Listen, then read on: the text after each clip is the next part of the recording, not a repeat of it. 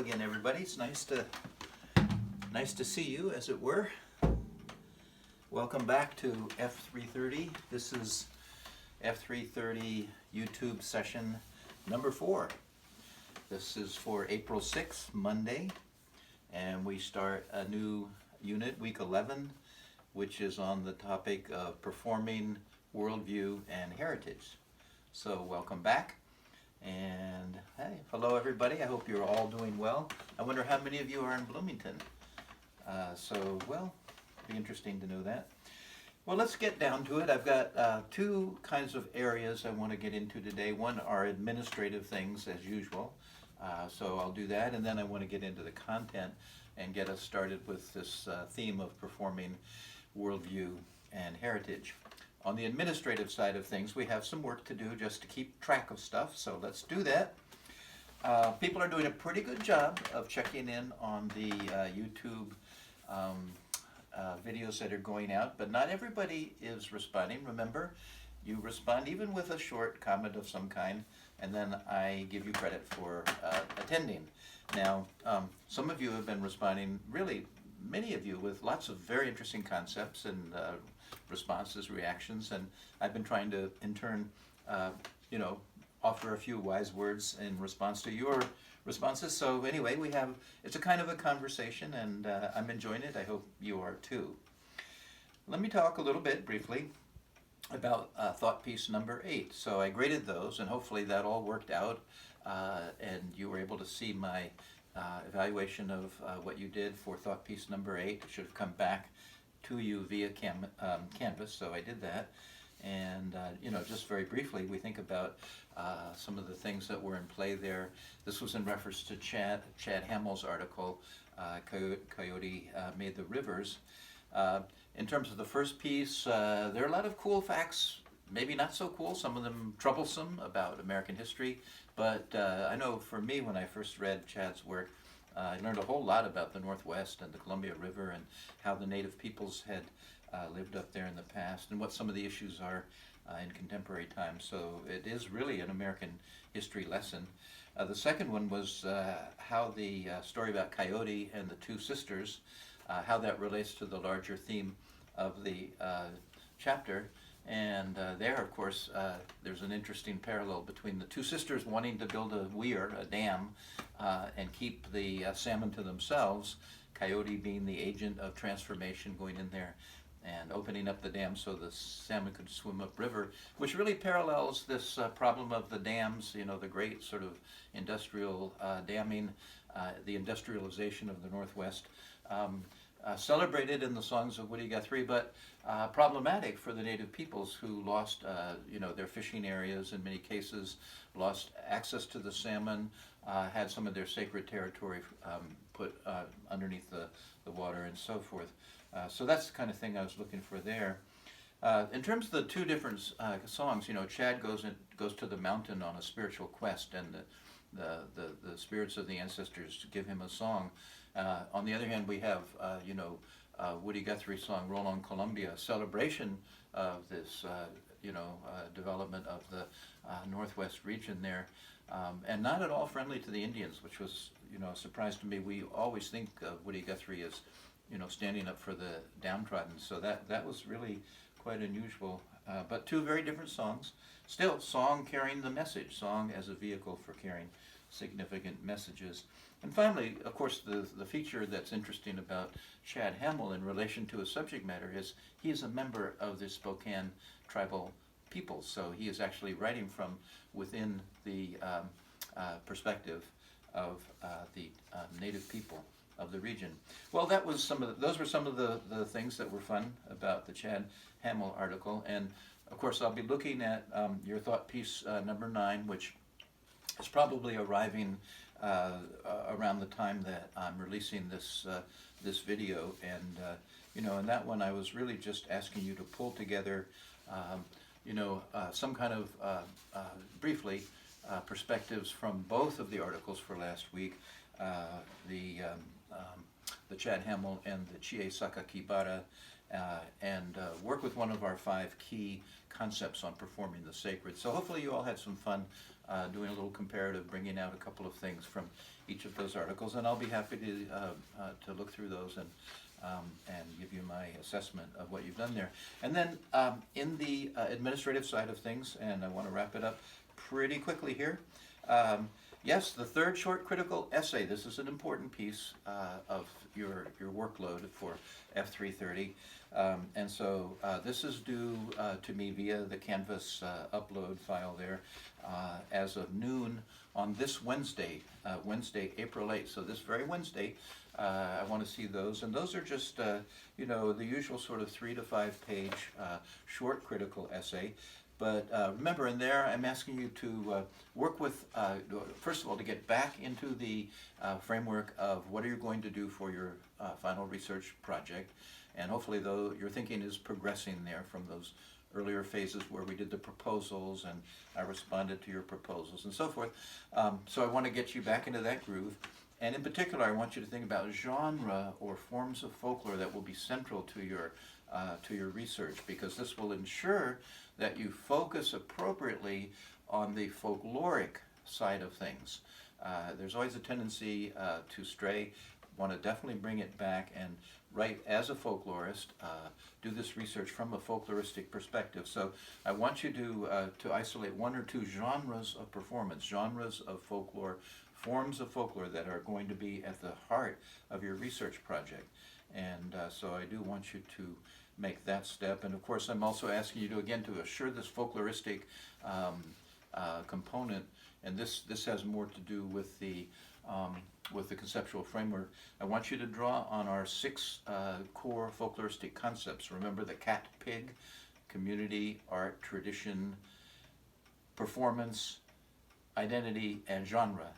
Pick one or pick a couple. I'm actually asking you to pick 2, maybe 3, 2 or 3 of those that you see as being really central and especially interesting in your research, where you feel your research can contribute to thinking about a couple of those core folkloristic concepts. And then the other thing I want to do, again, to keep us focused on the kinds of things that we're really dealing with in this class, I want you to pick out a reading from our syllabus that you feel is insightful and helpful to you as you go about pursuing this original research. And we'll be talking more, I think, starting next week. We'll be talking in very specific, more concrete terms about completing the work for your final original research project, the presentation, and the final paper. Okay, well, let me catch my breath because I feel like I've run through quite a bit of information there, and hopefully the pace is good and you can keep track of it. Of course, you have the option to look at this video as many times as you want to.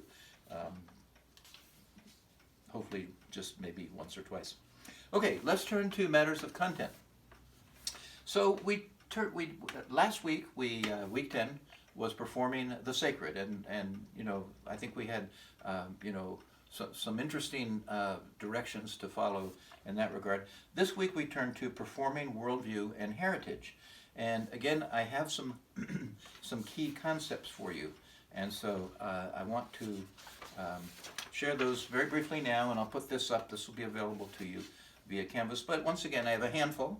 5 seems to be a nice number for these of sort of key concepts or orienting ideas that will guide us as we think together about performing worldview and heritage. Number 1, we focus on the way people see the world and the ways they strategically claim social identities. So we focus on the way people see the world, and that's really worldview, and also on the ways they strategically claim social identities. That's more in the realm of heritage, worldview and heritage.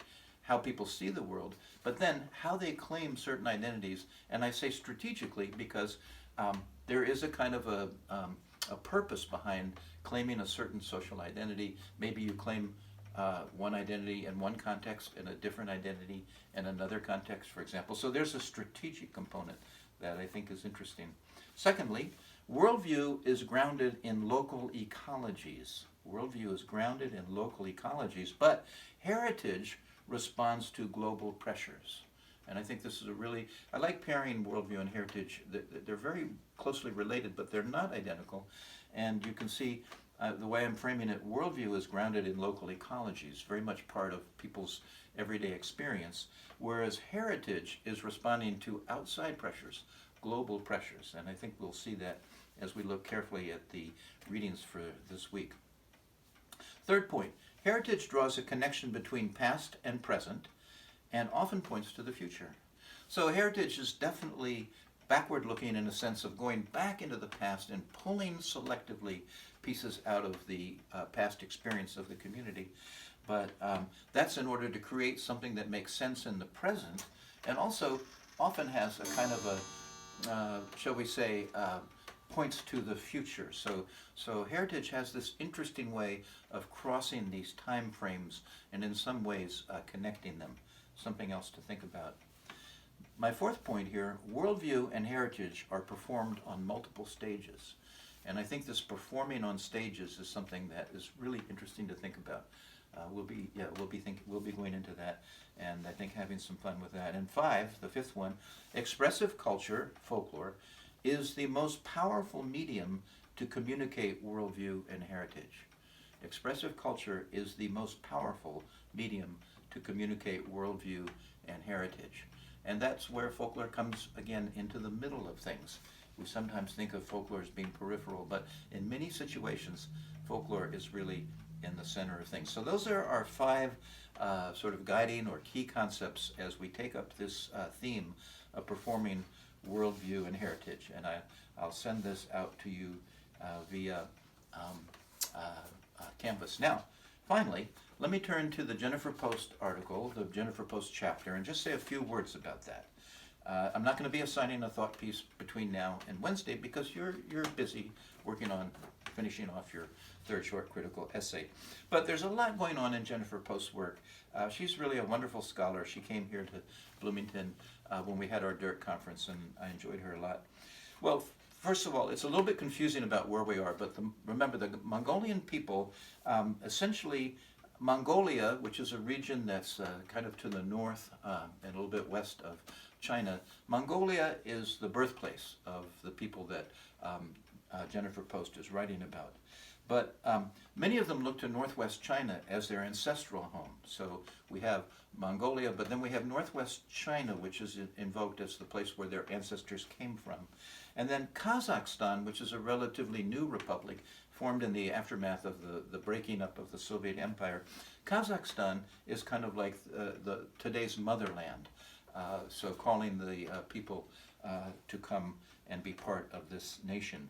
So it's a little bit confusing, but you can see how this complex sort of set of spatial connections plays out in the songs of the five different singers that Jennifer Post presents to us. Five different singers and their songs, and really they run the range from singers who are essentially communicating traditional ecological knowledge in their songs, you know, where the good grasslands are, places to avoid in certain times of year and so forth, all the way from that sort of, very worldview-based kind of information to much more heritage kinds of projects, especially the Mongolian people who have gone to the cities in Kazakhstan have given up the nomadic way of life. And from there you see much more of a kind of a nostalgic evocation of that earlier, identity that they had when they were, nomadic people. So you see this really very impressive range, a very interesting range of attitude in these five different singers and how they locate themselves with regards to their Mongolian identity. And of course, Jennifer Post brings in this new mobility studies, ideas like moorings, fluidity, rhythm, and friction. Really interesting conceptual way of thinking about people on the move in the world today. So one thing, the other thing I would like to say about Jennifer Post that I think is quite interesting is people have to be in a certain mood to make songs. And it's really interesting. There's a guy who goes to the city and he doesn't want to write songs anymore because he's not in the element where he feels comfortable. He feels inspired to make songs. So songs don't, just automatically happen, but songs emerge from certain kinds of moods and certain kinds of circumstances that are appropriate to that. And that aspect of setting comes up really strongly when Jennifer talks about how in these urban settings, the whole performance scene is so different. Instead of having people sitting around and passing the instrument from person to person, and each person in the circle is singing a song that relates to their perceptions of, let's say, environmental circumstances, instead of having that more traditional setting, in the urban settings, in the cities where the Mongolians find themselves, still trying to keep alive their sense of, Mongolian identity, but there, often they're in big arenas with somebody with a microphone, a loudspeaker, broadcasting, and so much more controlled, a very different kind of performance setting, and it leads to a different style of song, a different content to the songs. So anyway, there's a lot to think about in terms of songs as carrying this really important role in society, but also how songs are influenced by the mood and by the setting, and all of that is available to us in Jennifer Post's article. So finally, I'm also going to upload for you a set of Mongolian resources. There'll be a map there, which will be very helpful. You can see where these locations are that we've been talking about. But also, there are 5 different permutations of Mongolian song, ranging from sort of recreations of the nomadic setting to sort of pop singers in very urban settings. And there's even a guy who's doing a very musically virtuosic performance on one of the traditional instruments with an orchestra and a choir and so forth. So you can kind of see the amazing sort of permutations of a song tradition from sort of the more local, setting out there in the nomadic way of life to these concert settings or to the world of pop entertainment. Well, my friends, I think that's all I have for you at the moment. I'm looking forward to looking at your thought piece number 9, which should be accumulating around the time that you're looking at this video. And the third short critical essay, I'm looking forward to having that. If you have questions along the way, let me know. And hey, let's do this. When you sign in on this YouTube video, why don't you let me know where you are? You say from Bloomington or from Wichita, if anyone happens to be in Wichita. And then that'd be kind of fun. I'll let you know, where our people are. And we're just held together by this particular thread. Okay, well, be good and be well and happy as you can and shelter successfully. And I'll be back in touch with you on Wednesday. Bye.